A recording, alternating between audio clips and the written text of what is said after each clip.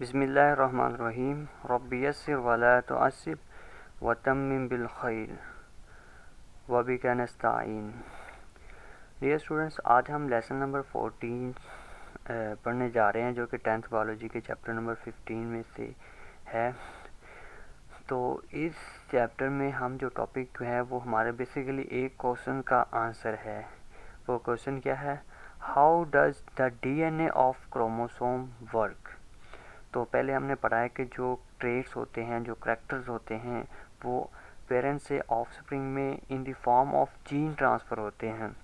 तो इस तरह से जो जीन से हमने पढ़े थे वो बेसिकली डीएनए के पार्ट्स होते हैं, डीएनए के फ्रैगमेंट्स होते हैं। तो अब हम देखते हैं कि वो डीएनए किस तरह से ट्रेट्स को या करैक्टरिस्टिक्स को एक जनरेशन से दूसरी जनरेशन में ट्रांसफ़र करता है। तो बेसिकली ये डीएनए जब एक सेल डिवाइड करता है तो उसके अंदर जो नया बनने वाला सेल होता है उसके अंदर जो होने वाली एक्टिविटीज़ हैं उनको भी डीएनए कंट्रोल करता है। और वो डीएनए उसको कहाँ से मिला होता है? अपने पेरेंट सेल से। तो जिस तरह का पेरेंट सेल का डीएनए होगा उसी तरह के ही नेक्स्ट जो सेल है उसके करैक्टर्स होंगे। कभी ऐसा नहीं होता कि जब एक सेल डिवाइड करे तो उसे जो बनने वाला सेल है, फॉर एग्ज़ाम्पल जो डिवाइड करने वाला सेल है वो मसल सेल है, लेकिन जो बनने वाला सेल है वो बोन सेल हो या वो एपिथेलियल सेल हो। तो बिल्कुल वो ही अपने पेरेंट्स की तरह होता है। क्योंकि उनके अंदर जो डीएनए होता है वो उसके पेरेंट सेल का होता है, जो कि उसके करैक्टर्स को कंट्रोल कर रहा होता है। DNA is the genetic material. It contains the instruction to direct all the function of cells. It performs its role by giving instruction for synthesis of specific proteins. और जो डीएनए के अंदर instructions होती हैं वो इंस्ट्रक्शन से ही जो proteins हैं वो सिंथेसाइज होती हैं। और प्रोटीन का आपको पता है कि इसके दो रोल होते हैं। एक तो वो स्ट्रक्चरल रोल प्ले करती हैं जो कि सेल के डिफरेंट कंपोनेंट्स हैं उनके अंदर मौजूद होती हैं। सेल मेम्ब्रेन, तकरीबन हर एक जो सेल ऑर्गेनेली है उसके अंदर प्रोटीन्स मौजूद होती हैं जो कि स्ट्रक्चरल रोल प्ले कर रही होती हैं। लेकिन जो फंक्शनल रोल है वो बेसिकली परफॉर्म करती हैं with in the form of enzymes. Enzyme की जब वो एंजाइम्स होती हैं तो फिर वो अपना फंक्शनल रोल प्ले करती हैं।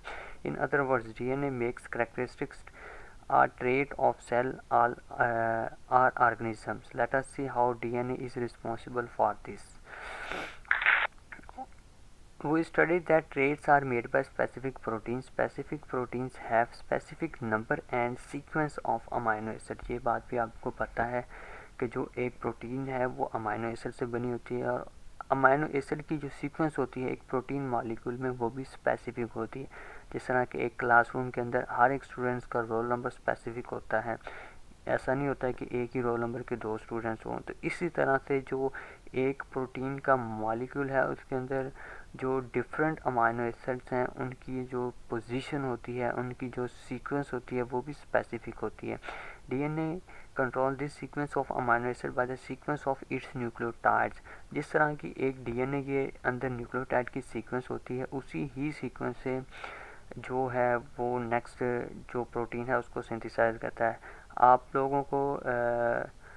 लोगों ने डीएनए के जो वाटसन एंड क्रिक मॉडल है उसमें पढ़ा है कि जो नाइट्रोजीनियस बेसेस होती हैं उसकी 4 टाइप्स होती हैं, एडेनिन, गुआनिन, साइटोसिन और थायमिन। और इनकी जो पेयरिंग है वो भी स्पेसिफिक होती है। एडेनिन गुआनिन के साथ हाइड्रोजन बॉन्ड्स बनाती हैं और साइटोसिन एडेनिन थायमिन के साथ हाइड्रोजन बॉन्ड बनाती हैं और गुआनिन साइटोसिन के साथ हाइड्रोजन बॉन्ड बनाती हैं। ये हमेशा के लिए यही दो नाइट्रोजीनियस बेसेस हैं आपस में बॉन्ड बनाती है, आपस में और किसी के साथ ये हाइड्रोजन बॉन्ड्स नहीं बनाते। तो इसी ही स्पेसिफिसिटी को यूज़ करते हुए जो एक डीएनए मॉलिक्यूल है वो प्रोटीन को सिंथेसाइज करता है। The specific sequence of DNA nucleotide is copied in the form of messenger RNA nucleotides. This process is called transcription. जो कि ट्रांसक्रिप्शन है उसमें बेसिकली क्या होता है कि जो आपको पता है कि अगर एक जो डीएनए है उससे आरएनए बनता है, और डीएनए से आरएनए के बनने के जो अमल है, इस प्रोसेस है, इसको हम कहते हैं ट्रांसक्रिप्शन। और जो आरएनए के अंदर न्यूक्लियोटाइड की सीक्वेंस होती है वो कॉम्प्लीमेंट्री होती है उस सीक्वेंस से जो कि डीएनए के अंदर मौजूद होती है।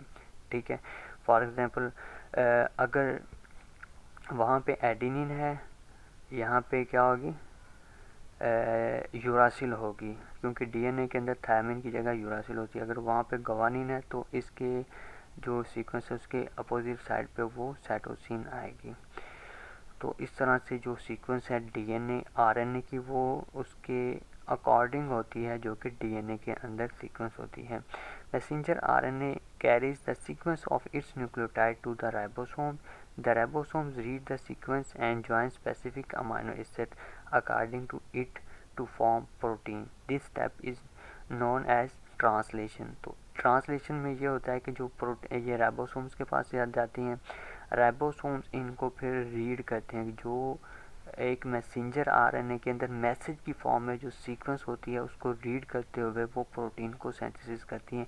तो वो बेसिकली जो मैसेंजर आरएनए के अंदर मैसेज होता है उसको प्रोटीन की फॉर्म में ट्रांसलेट कर रही होती हैं। ठीक है, तो इसलिए इस प्रोसेस को ट्रांसलेशन कहते हैं। The part of DNA sequence of nucleotide that contains the instruction for synthesis of particular protein is known as gene. The DNA of each chromosome contains thousands of genes. Like chromosomes, genes also occur in the pair, one on each homologous chromosome. जिस तरह chromosome homologous chromosome होते हैं तो इसी तरह के जो jeans हैं, जीन्स की भी अलील होते हैं। ठीक है, तो ये नेक्स्ट हम पढ़ेंगे कि जीन क्या होते हैं, अलील्स क्या होते हैं। The location or position of genes on chromosomes are known as loci. इसको सिंगुलर लोकस पढ़ते हैं। ये आप यहाँ पे देखिए, ये हमारे पास एक सेल है, सेल के अंदर न्यूक्लियस होता है, न्यूक्लियस के अंदर मौजूद होते हैं क्रोमोसोम्स। ये क्रोमोसोम्स के किस से बना होता है, दो कंपोनेंट से बना होता है, एक प्रोटीन्स और एक प्रोटीन्स और दूसरा डीएनए से ये मिलके बना होता है। तो इसके दो क्रोमाटिड्स होते हैं। जब ये 2n की फॉर्म में होते हैं क्रोमोसोम, तो इनके सेंटर में जो प्रोटीन्स होती है, प्रोटीन स्ट्रक्चर, उसको हम सेंट्रोमियर कहते हैं। और ये जो इस क्रोमोसोम में से एक डीएनए का पार्ट है जो कि बेसिकली जीन है, जो कि जिसके अंदर स्पेसिफिक सीक्वेंस ऑफ न्यूक्लियोटाइड है, उस सीक्वेंस को यूज़ करते हुए जो कि एक डीएनए है उसे एक आरएनए को क्या किया जाता है, मैसेंजर आरएनए में कन्वर्ट किया जाता है। तो फिर ये मैसेंजर आरएनए न्यूक्लियस से बाहर आ जाता है साइटोप्लाज्म में, साइटोप्लाज्म में वो जाता है राइबोसोम्स के पास। राइबोसोम इसके साथ अटैच हो जाती हैं। अटैच होने के बाद वो जो राइबोसोम्स हैं वो इसके अंदर जो मौजूद इंस्ट्रक्शंस हैं उनको डिफरेंट जो साइटोप्लाज्म के अंदर अमाइनो एसिड मौजूद होते हैं उनको बाइंड करके वो प्रोटीन बना देती हैं। ये फॉर एग्जांपल एक अमाइनो एसिड है, इसके साथ दूसरा, तीसरा, चौथा, इस तरह से अमाइनो एसिड आपस में मिलते जाते हैं।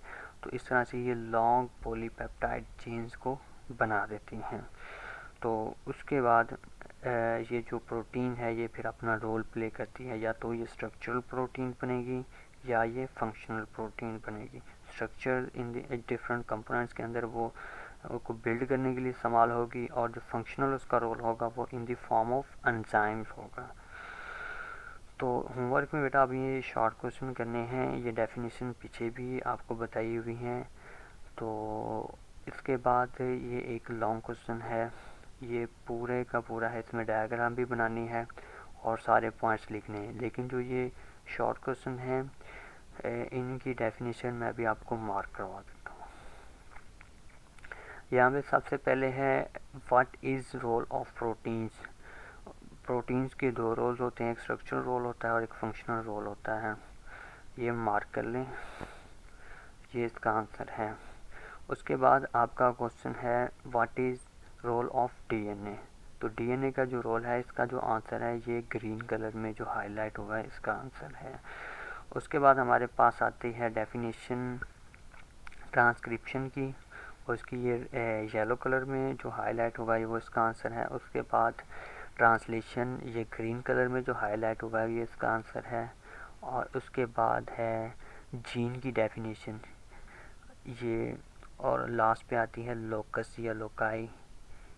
सिंगुलर पढ़ेंगे तो लोकस और प्लूरल पढ़ेंगे तो लोकाई, ये लोकाई की डेफिनेशन है। बेटा ये था हमारा आज का लेसन, और इसको रीड करें, इसको लर्न करें, ये शॉर्ट क्वेश्चन को याद करें और लॉन्ग क्वेश्चन को प्रिपेयर करें, और इनको आप राइट ज़रूर किया करें, क्योंकि जब बंदा लिख लेता है तो फिर वो उसको याद रखना थोड़ा सा इजी हो जाता है।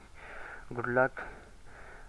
अस्सलामु अलैकुम वरहमतुल्लाहि वबरकातुहू।